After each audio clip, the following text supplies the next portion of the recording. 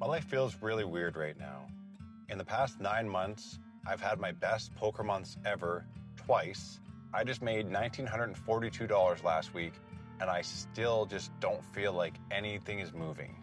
So after a disappointing April where I didn't play as much poker as I was hoping, I ended up dipping into my poker bankrolls to pay a lot of my bills, and I had to replenish that with this $1,900. Out of that $1,942, almost all of it is spoken for. After studying for 30 hours between March and April, my poker hourly has actually increased to over $40 over the past 2.5 months. And yet, I still don't feel any different. I've got another $7,000 to pay down in debt.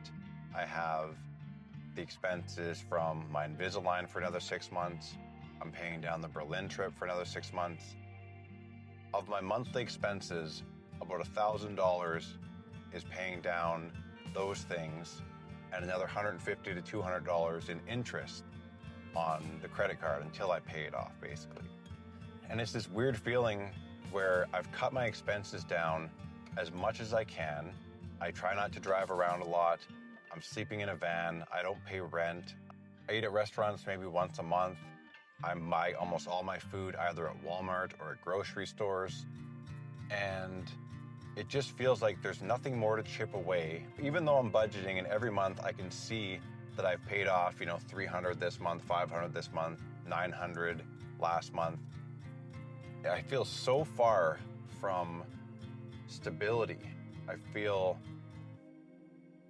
getting an apartment with a poker income used to be a lot easier. You could just kind of tell them what you made a lot of time, just write down a number, and they were like, cool. And then they started asking for your deposits. They wanted to see your actual bank statements, and they want to see your credit rating. And though that became a problem for me because it's now they're not just saying, okay, you make this much and we can see the deposits. Now they want to see that in savings. And like right now, I don't have any savings. So when I'm looking at all of the money I have to pay down just to get my credit rating good, then having to save up money to get an apartment, hopefully, it feels like I'd like to feel like I'm 6 months away from that. But when I really crunch the numbers, I don't even know if I'm 12 months away. I don't know if I'm 18 months away. And to be honest, the van living for me was almost an emergency situation. I just wanted a roof over my head. I didn't want to burden any of my family by crashing on their couch for an indeterminate amount of time. But we're already approaching the 1-year mark, and it's kind of disheartening to think that it might be another year and a half if I continue on this path. And last July, when I started to build up my baseball channel, I had 70 subscribers when I kind of stopped it in 2021. And over the next 5-6 months, I basically was getting 100 subscribers a month. And so it felt pretty positive. I felt like the way things were going in October, I thought that channel was going to be monetized by Christmas. And I ended 2025 with under 700 subscribers. Now that we're in May of 2026, it has 750. And I don't really even think that in the next 3 months, it's likely to get monetized.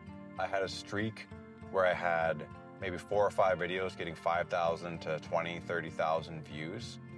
And then it was a couple of videos that got 100, 200 views, maybe 500 views, 1,000 views. And I make a video that I think is going to be my best one yet, and I get like 500 views or 100 views.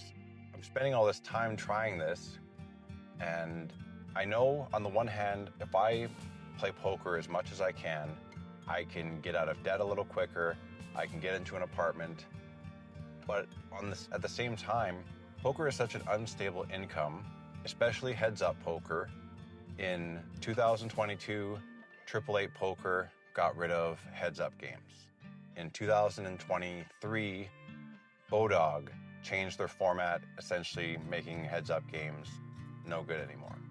2025, Global Poker leaves Canada, gets rid of my best poker site. And Revolution Poker and a couple other poker sites have all disappeared in the last few years as well.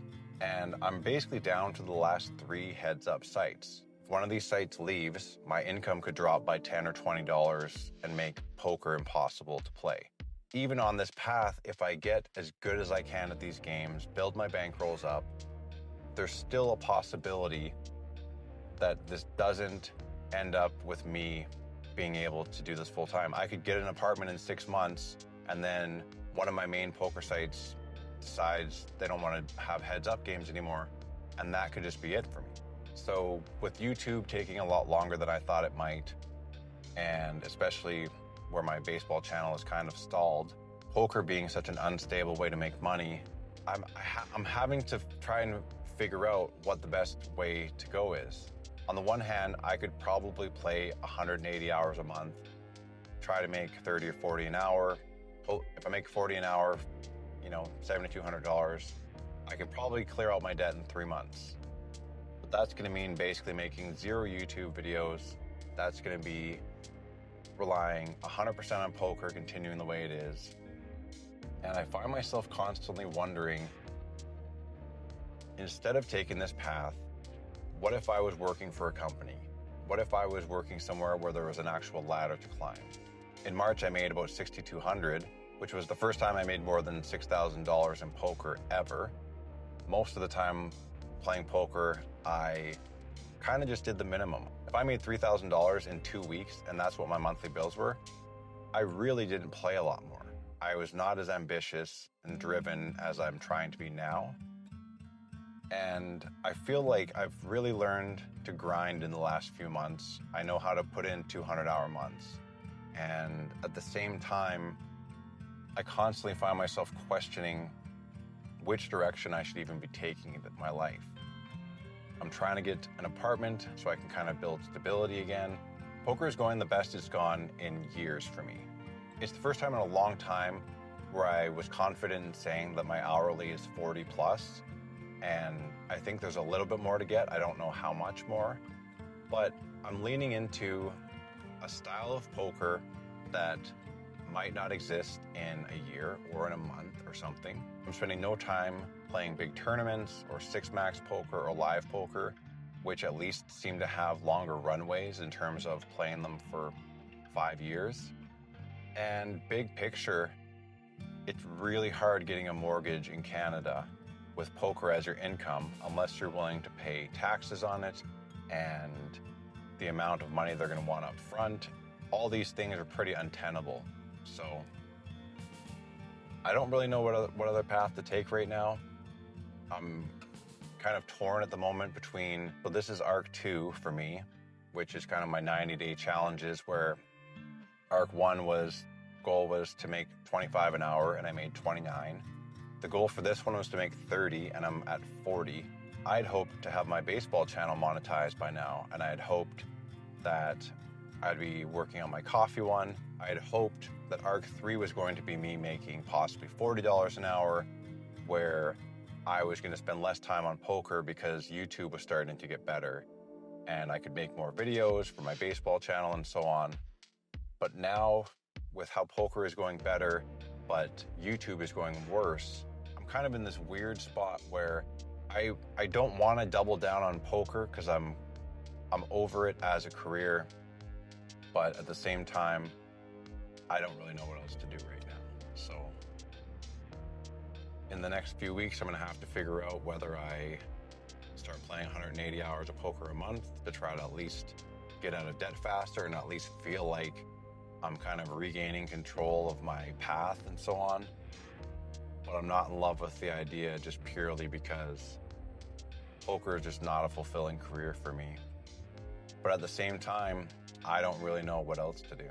So, catch you guys next week.